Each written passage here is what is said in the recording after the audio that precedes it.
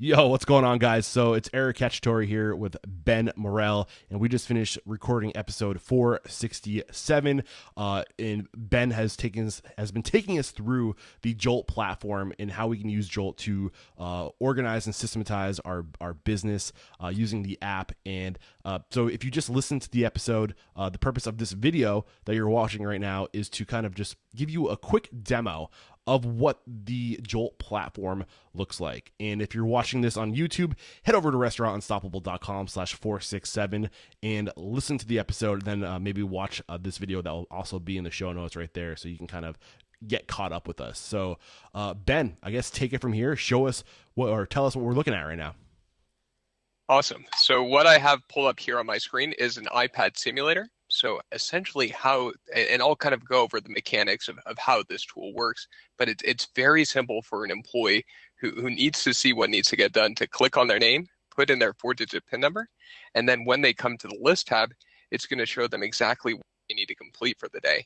And you'll notice right now all of my lists are in red. That's just because it's past the deadline that I've set here. You're doing for a really each of the bad lists. job, man.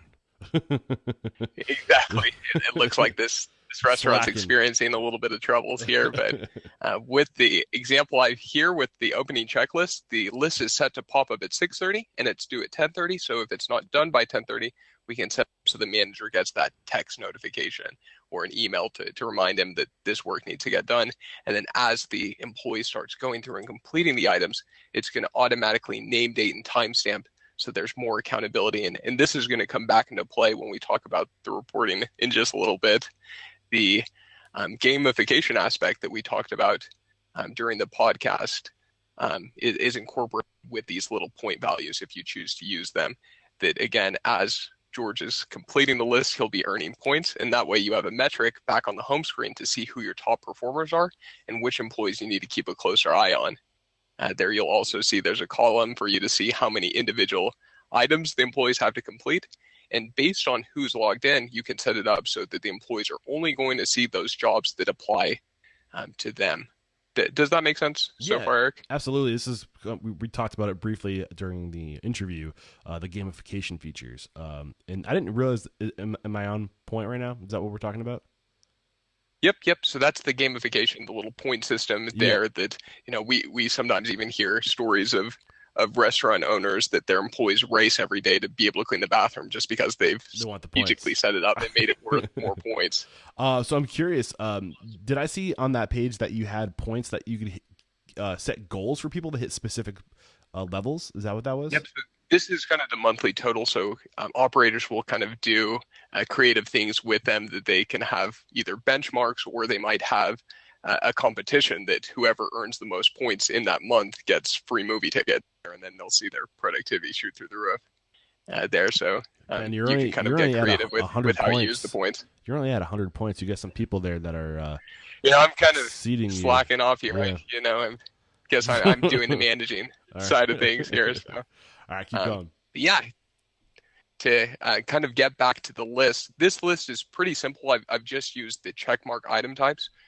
Like we discussed earlier in the demo, with some of these items, you might choose to use a QR code that is actually going to make it so they have to walk to a specific part of the restaurant as proof that they did the job correctly. And I had an operator that told me that his hidden fear as an operator for years was that his employees were going to forget to lock up the back door and someone was going to break in and steal everything that he had in the restaurant. That his solution through the Jolt system was just sticking a little QR code on the back door. And that way, the last thing they do on their closing checklist is go to the back door, lock it, and scan the QR code. And he gets it notified if that doesn't get done. So again, he has more peace of mind. That's cool. There, again, if you want to make sure they're walking out to the dumpster. Another example that is even more popular than the QR codes is just the picture item type that you might want as proof of verification that they actually take a picture of the freezer area there. So those, again, are really popular in the industry right now. With the actual temperature logs, another integration we built in is you can actually purchase Bluetooth temperature sensors that are extremely accurate to 4 significant figures here that automatically connect. And what's nice about this is the only way you can set it up so that it's mandatory to use the probe to actually record the temperatures there. Which again, feel free to stop me with any questions or things that you want me to clarify. Oh, I will. Here, Eric. Cool. And then again, you could also have it so that when they're putting in the walk-in freezers 27 degrees Fahrenheit, it automatically has the text notification that lets you know that at this location, there's a range report, the walk-in freezers 27 degrees Fahrenheit when it needs to be between that range of -20 to -5 there. So that can be really helpful as well. Two more things I'll point out, and then I'll jump to the reporting of things. You will also notice with some of these items, there is a little eye off to the left. So this is a place where you've attached the picture or video that's going to illustrate for the employee who's working on the front counter. If there's any ambiguity as to how you want it set up, they could just click on that little eye and see the picture of what the layout needs to look like. That picture or you of might perfection. attach. Yeah, but you might have a little 20-second video showing them how to close the register, or again, you might have a specific way that you like the patio area set up that is a little bit more aesthetically pleasing for outside. That again, that could be really useful so that they're not always pulling the manager away from what he or she's working on, and are able to just reference those little pictures or videos there. And then one other thing you'll notice too with these checklist item is there is a little pencil icon off to the right. So the example here is take out the trash. Maybe you're running low on liners. George could come here and click on the pencil icon here and leave a new note here. So he could say we are running low on liners. And then what he'd want to do is take a picture if he wanted to for extra documentation of how many liners there are, or if he wanted to include a quick video. And then what he'll want to do is if there's corrective action associated with this note he's leaving, he'll want to flag it. And all the little pencil icons here are going to flow to the big pencil icon on the left, so that way I'm able to kind of keep track of all the different things that are happening throughout the shifts that employees are leaving notes for. And a lot of times a manager who's looking at kind of just really quickly seeing what still needs to get done will use the filter button so that they'll see, in this last month, what's still pending and flagged that I need to get to, that it looks like, again, we have the example that we're running low on liners and there's an old map that needs to be replaced as well. See, I love this feature because not only are you empowering your line staff to be able to do their job to the fullest potential, but now you're also empowering the managers by making it easy for the line staff to communicate what the managers could be doing to make their lives better. Right, exactly. And that way, too, you're able to cut back on, just things slipping through the cracks in response time, too, so that everyone's on the same page. Oh, man. There. Like closed loop communication. I love it. Yep. And any questions so far, Eric, on anything we've been over so far? This is fantastic. Keep going. Yep. And again, because it is an iPad, it's syncing in real time. So you're able to log into your computer through the web portal and actually view reports of things that are being done in real time. So I'll just show 3 or 4 of the reports that are some of the most popular ones that our customers use. The first one here is just a high level comparison report that you might have 4 locations that you own, and you want to compare the percentage of work being completed on time is going to be in green, orange is late, and red's incomplete. So that way you have a reference point of what restaurant needs attention there. And then drilling down deeper into the specific restaurants, you can go into the list report to see from the opening, line check, closing, mid-shift, and food safety temp logs, which are those weaker areas that need to be addressed. And one thing that's really cool is actually looking at the macro trends is you'll actually see a correlation with some of these big customers between profitability in those locations that have more green, which I guess intuitively makes sense just because as they are getting things done on time and creating that culture, everyone's benefiting and the restaurants are able to be more profitable. So being able to have the tangible data of knowing where your strength and weaknesses lie can be really powerful. And then sometimes I'll recommend that they drill down even deeper. So once you've highlighted in maybe your leadership meeting of, these are the 2 lists we need to do better as a team on, the grid view is a great way to start picking up on those trends that you're able to see Monday, Tuesday, Wednesday, Thursday on a specific list there. And you can hover over any of these check marks and pictures and actually see who completed it for that day there, and click to enlarge them. And you also, if one of the days didn't look super good, you could see who you need to pull aside to show them how to clean a toilet if needs be, so that doesn't become a pattern of behavior each time they clean the restroom. Cool. There, so the grid views also a lot of times used for kind of comparing audit results to make sure that the changes are actually being made from inspections. And then one other view that people really like is the calendar view, just because it allows you to see the trends for the entire month, and you can just click on today's date and see everything that's completed for the day, so that rather than having several pieces of free-floating paper that the employees may or may not be completing, you're able to make sure that they are working just as hard regardless of whether you're physically there at the restaurant. So yeah, those are three of the reports. I guess one more I'll show you too is you also essentially have your own database that you can browse through, so that again you could show the health inspector the percentage of the line checks that were done on time versus late versus incomplete, and you can go back in the history as long as you've been a customer and actually see who did specific jobs at specific dates. That again, information really is power in the digital age to help you to have the structure to be able to succeed. But any questions, Eric, on no, man, either the reports or the task management piece? Pretty straightforward. Cool. And again, a few to kind of recap what we've been over. We have the home screen here as a column to see how many points employees have earned. You have the items that employees can see that how much work they need to get done. And right now, all of my employees are in red. That's just because they all have things that are late. If the employees were on top of everything, it'd actually be green rather than red. Same with the list. All these all these lists are past due, so that's why they're appearing in red. So that's the list tab. You can also get creative with these lists. So an example, you might make a quarterly inspection that pops up on the first day of each month there that is actually going to score them how well they did out of 100%. That with an inspection, a lot of times you're setting them up with more of your multiple choice, acceptable, needs improvement, unacceptable, or on a scale of 1 to 5 or 1 to 10 here. But yeah, that it is a useful feature as well. The next tool down on the simulator here is the information tab. That this is a lot of times where our customers are storing their job aids, recipes, training videos here.